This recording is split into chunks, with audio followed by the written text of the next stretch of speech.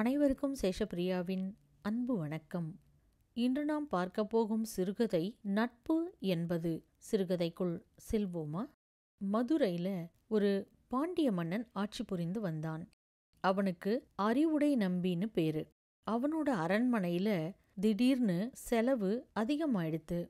அந்த செலவுகளை ஈடுகட்டுறதுக்கு அந்த பாண்டிய மன்னன் அறிவுடை நம்பி மக்கள் செலுத்த வேண்டிய வரிய அதிகப்படுத்தினான்.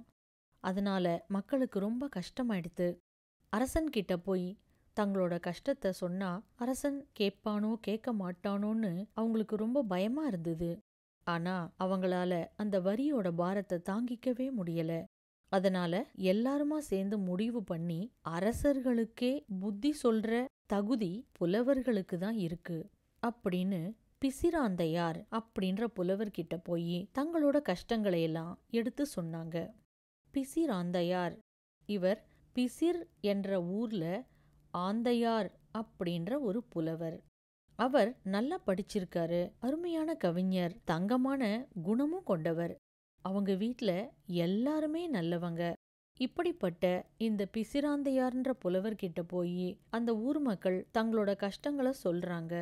அதுக்கு அந்த புலவர், நிச்சயமா நான் அரசனை நேர்ல போய் பார்த்து என்னால முடிஞ்ச உதவியை நான் உங்களுக்கு செய்யறேன் அப்படின்னு வாக்குறுதி கொடுத்துட்டு மதுரைக்கு வந்து பாண்டிய மன்னன் அறிவுடை நம்பி கிட்ட போய் பேசுறார். பாண்டிய மன்னன் அறிவுடை நம்பி பிசிராந்தையாருக்கு ரொம்ப மதிப்பு கொடுத்து அவரை வாசல் வரைக்கும் போய் வரவேற்பு கொடுக்கறான். அவருக்கு ஒரு நல்ல ஆசனம் கொடுத்து அமரச் செய்து வந்த காரணம் என்ன அப்படின்னு கேக்குறான். கவிஞர் நேரடியா பிரச்சனைய சொல்லல.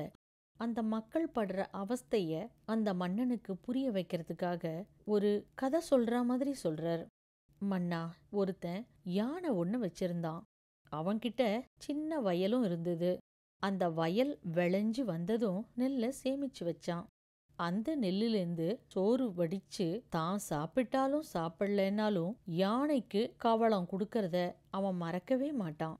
ஆனா ஒரு நாள் அந்த வயலுக்கு ஆபத்து வந்துடுது இப்படின்னு சொல்லிட்டு பேச்ச நிறுத்தினார் பிசிராந்தையார். இப்போ பாண்டிய மன்னனுக்கு ஒரே ஆர்வம்.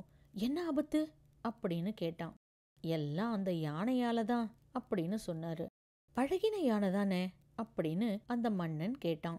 ஆமா ஆமா, பழகின யானை தான். அதுக்கு என்னவோ திடீர்னு ஒரு உற்சாகம். வயல்ல இறங்கி தானே எல்லாத்தையும் சாப்பிட ஆரம்பிச்சிடுத்து.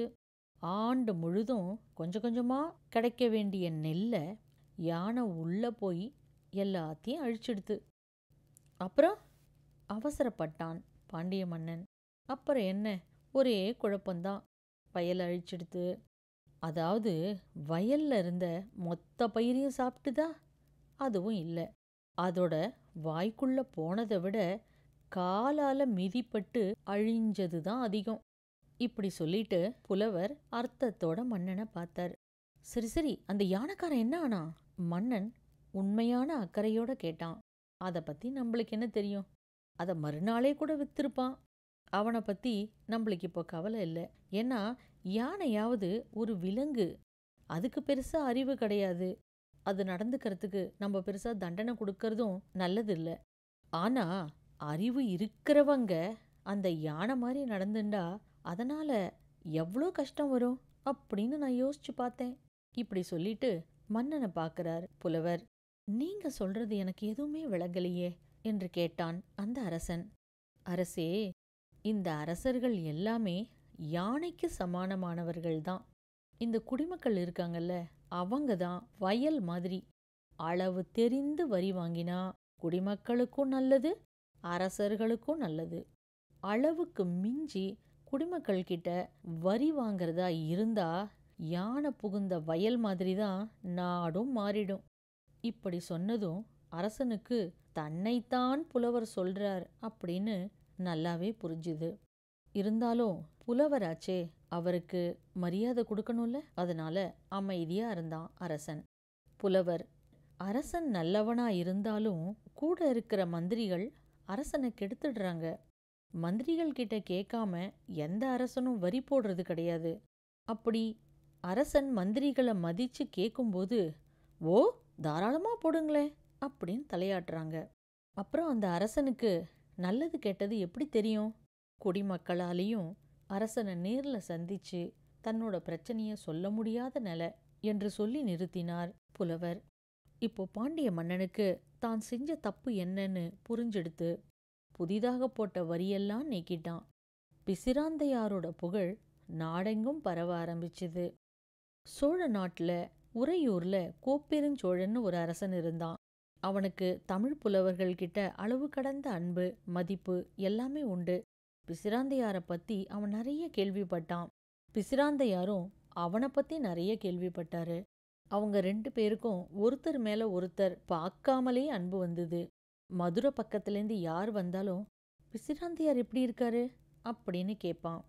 அதே மாதிரி மதுரைக்கு போறவங்க கிட்ட இந்த பரிசை அந்த கவிஞர்கிட்ட கொடுக்க முடியுமா அப்படின்னு கேட்பான் கோப்பெருஞ்சோழன்.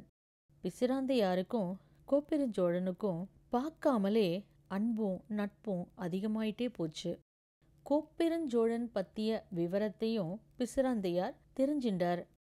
இந்த 2 பேரை பத்தி தெரிஞ்சதும் மற்ற புலவர்களும் ஆச்சரியப்பட்டாங்க. இப்படி ஒரு நட்பா?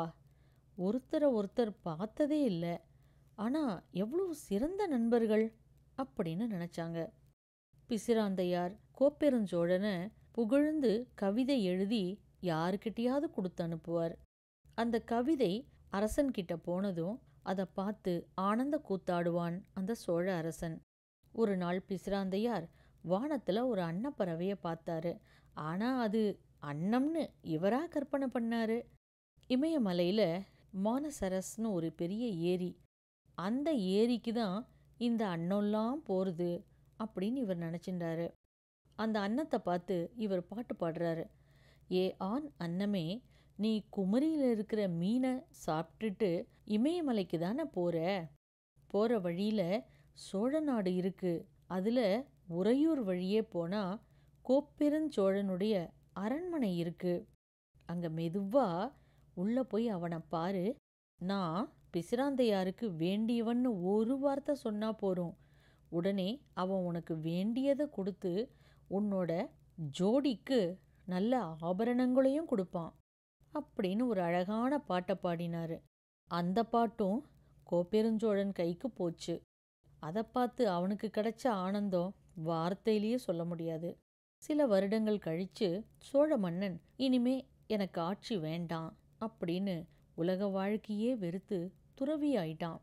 ஆனா சோழனால பிசிராந்தையாரோட நட்பை மட்டும் மறக்கவே முடியல.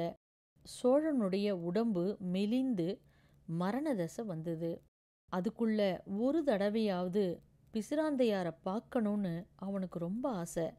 அவன் கூட இருந்தவங்க கிட்ட பிசிராந்தையார நான் இது வரைக்கும் பார்த்ததே இல்லை, என் உயிர் போறதுக்குள்ள ஒரே ஒரு தடவை அவரை பார்க்கணுன்ற ஆசை மட்டும் எனக்கு இருக்கு அப்படின்னு சொன்னான். பிசிராந்தையார் எங்க இருக்காருன்னு யாருக்குமே தெரியல. ஆனா பிசிராந்தையாருக்கு மனசுல ஏதோ ஒரு வருத்தம்.